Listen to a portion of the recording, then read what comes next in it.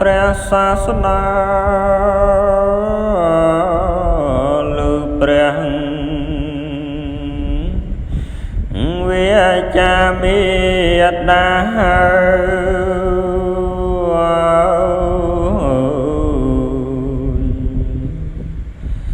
ស្ដាញ់ប្រែ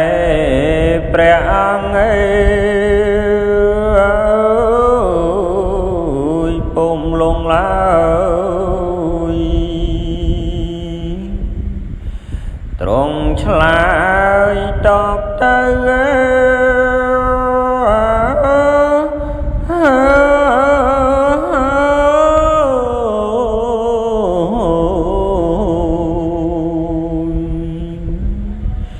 ដូចណាតា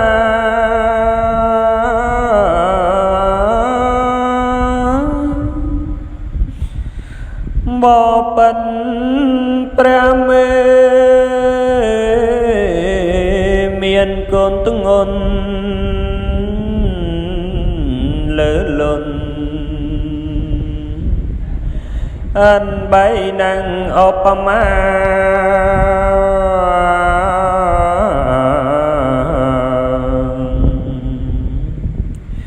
ទូលបង្គំសំខាត់នៅព្រះមេត្តាកុំសោយសោកកាង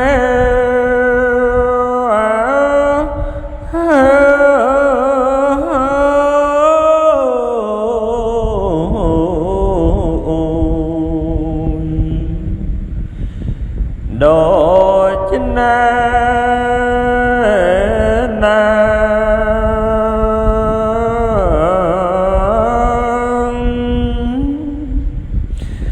ទូលបង្គំ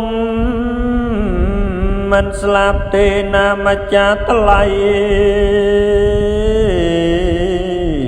អ្វីបើអេរ៉ាំរៃដូចណាហើយ